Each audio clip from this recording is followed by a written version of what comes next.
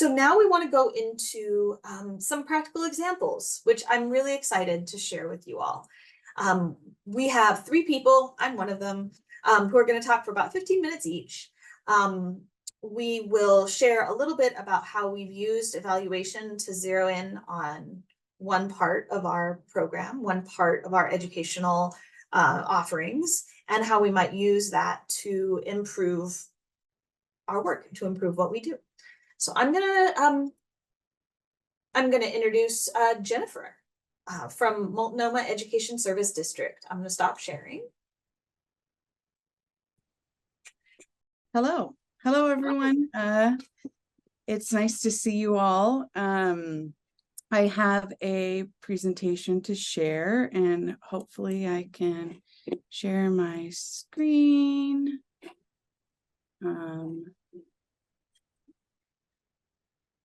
In a while, can you all see that? Okay, great. We're almost there.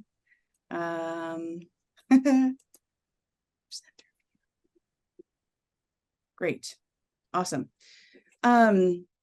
So once again, my name is Jennifer Basham. I am the Senior Program Administrator for the MESD Outdoor School program here in Portland. And I use she, her pronouns.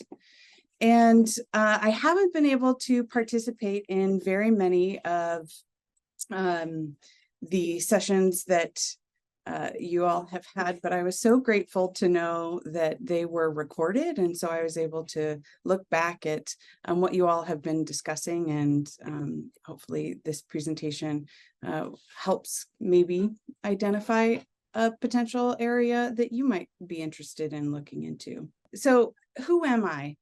I was thinking about, as I was preparing for this presentation, like a little bit of identity grounding in how this presentation or how this research is influenced by my identity. And so I wanted to kind of share with you a little bit about who I am. I am a white cisgender female. I am a heterosexual educator. I'm a crafter. I'm a cyclist, a dog mama, a bird watcher. My dogs share that excitement with me. And I'm an amateur coffee roaster. I'll come back to this in just a second. And I went to outdoor school in 6th grade. And a significant part of who I am stems from that transformational outdoor school experience I had in 6th grade, and as well as in high school. And this really launched my career in education. And I've worked for this program, the MESD Outdoor School program, in various capacities for over 20 years. I've worked as a seasonal educator, a site supervisor on special assignment, and now director. And this long history with the program can and has at times shaped how I view our program and the information that we receive. This has made me at times overlook some of the dissenting viewpoints about my program, especially early on in my career. Hearing that someone didn't have a good time at my program was, at the time, I felt like an anomaly, couldn't be real. The allure of all of the positive experiences from my own and from my friends that participated in the program really created this self-sustaining bubble of confirmation bias. And now I work to hold 2 truths about my program. One, I love my program and I know that it does great things for students, and we need to continue to grow. I now approach learning about my program in kind of the same way I do coffee roasting, and bear with me here a little bit. In coffee roasting, you have to put in place consistent feedback loops in order to make good coffee. Every region of bean is slightly different. how it's processed is slightly different. The variables that go into roasting the beans, the heat, the airflow, all have an effect on how the coffee tastes. And you can't have one setting for every coffee and expect it to taste the same or have the same results. So I've come to realize that coffee is not a one size fits all, or coffee roasting is not a one size fits all, but neither can my program. Over the years, we've been interested in learning about who attends our program, what are the impacts of the program on students. We've worked to gather this information through multiple sources, student surveys, teacher evaluations, high school participation reports, performance tasks during the program. We've also worked to understand our program through the CURSET and ERSET, as well as the Common Measures program or evaluation tool with Stephen, Clemson University, and Virginia Tech. And what I've come to realize is there are gaps in all of these modalities. Because these evaluation tools come from people who've been to my program, who've been to our program. And what about the students who didn't come? So from around 2011 to 2019, we've been collecting data around who attends and what our attendance rates are. And from about 2011 to 2019, around 90% of our area students came to our program. Since the pandemic, it's closer to 80%. And what we've realized is that participation and enrollment has decreased significantly. And it's not just outdoor school. Across Multnomah County, all of our districts are struggling with student attendance. And I'm using the term attendance versus chronic absenteeism intentionally, because we want to see students at outdoor school. We want to see students in classrooms. And so that is something that we've been really thinking about. And while we cannot tackle regular attendance for our districts, we have a strong desire to interrogate the reasons why students don't attend our program, particularly to understand where disproportional outcomes exist for our program participants. This is not only a personal endeavor to understand, correct, and improve our program for students, but it is an imperative for our students to live up to the goal of outdoor school for all. So within the MESD Outdoor School program, we've collected information on student attendance and the reasons students may not attend through teacher surveys. This has provided us some important avenues for engagement and support.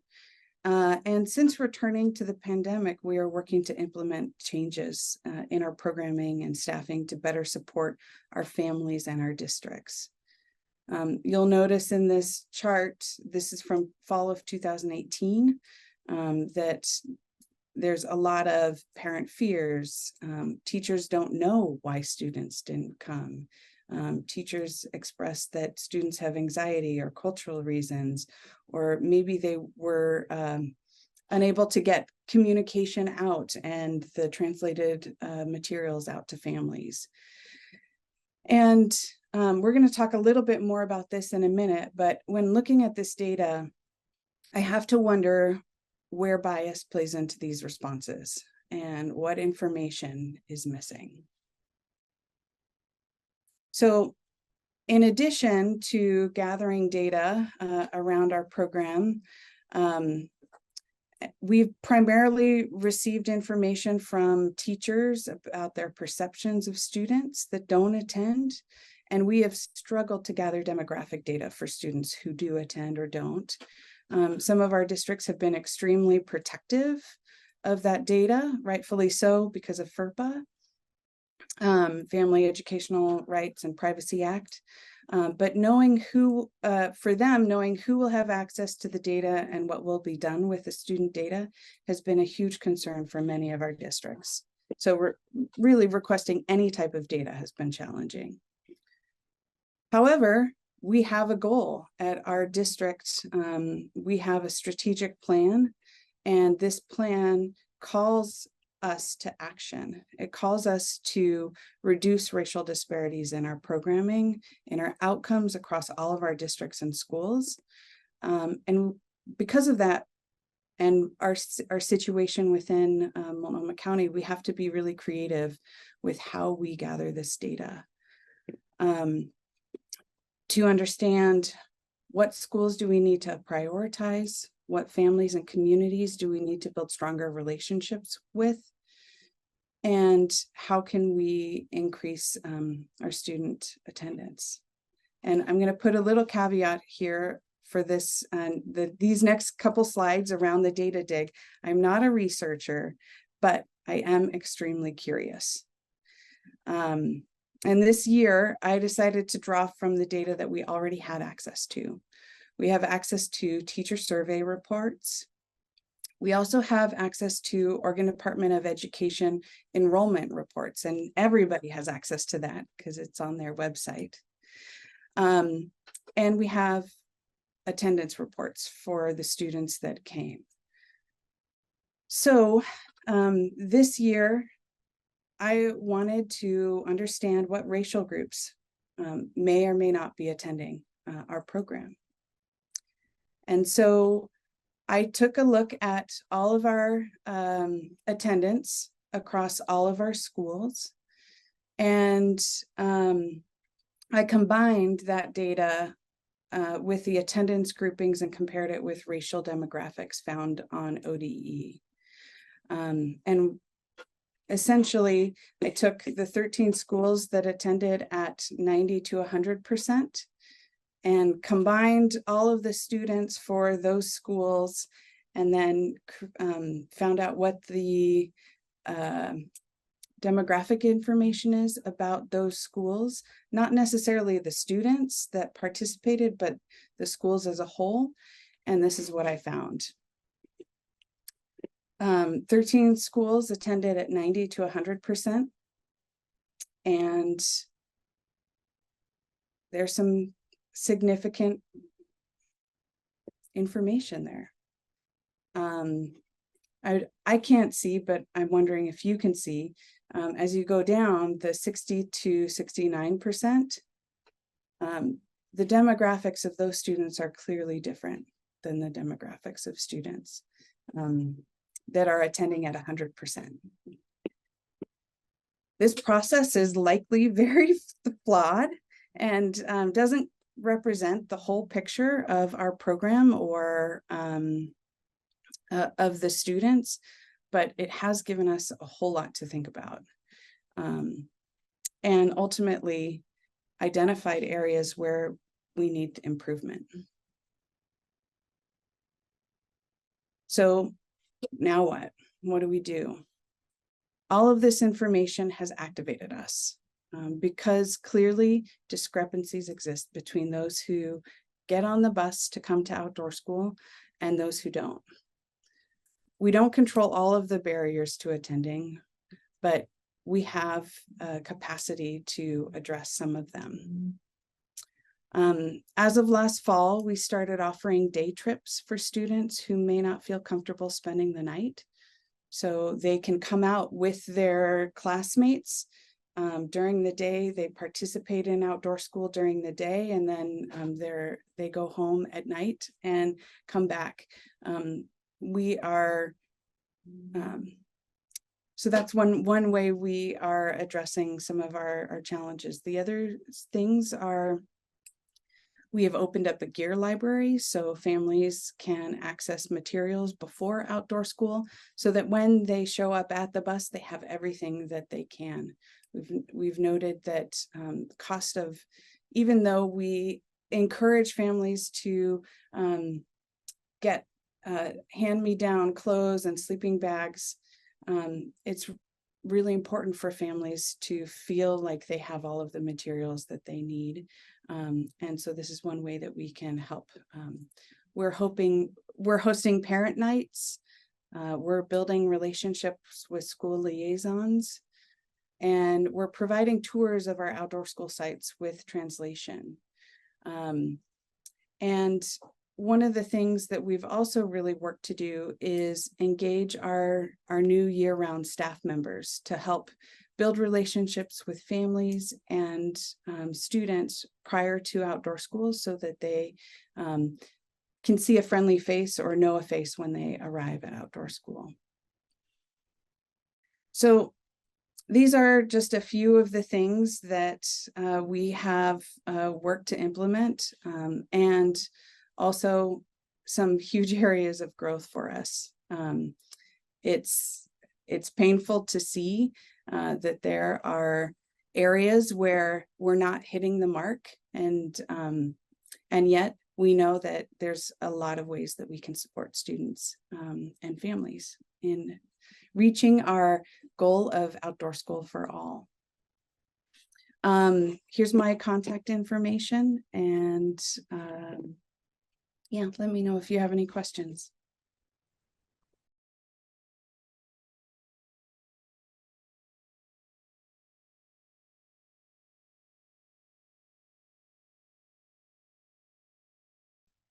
There's a few reasons, one of them being having a hard time accessing demographic information has been one of the reasons. And I think that really taking a look at who is and isn't participating in our program is key. We want all students to participate.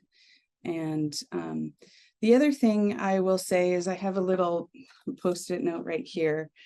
This is from my superintendent. Well, I wrote it during one of our meetings, and his charge with all of our programs is to explicitly call out racial demographics to center and focus. And so that has been one of the guiding posts for me as I'm kind of looking at our program outcomes and how we can better support the students in our community.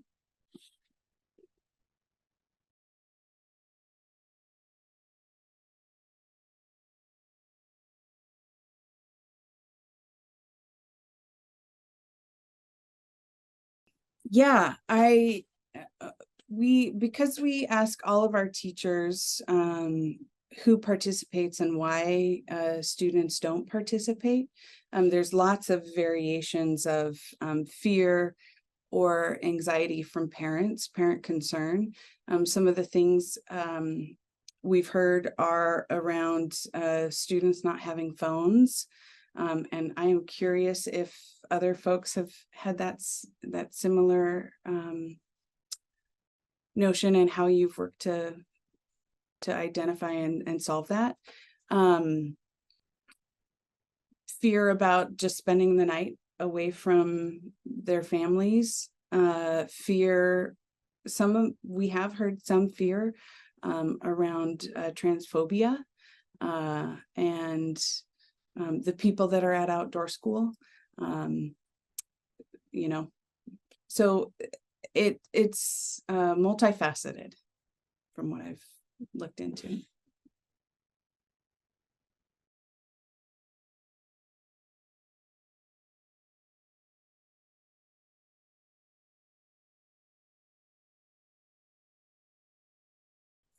I think that taking a look at this demographic data is really interesting, but I think the thing that is going to move the mark is having relationships with communities. And so I think we have struggled with the time, the capacity of our team and the time.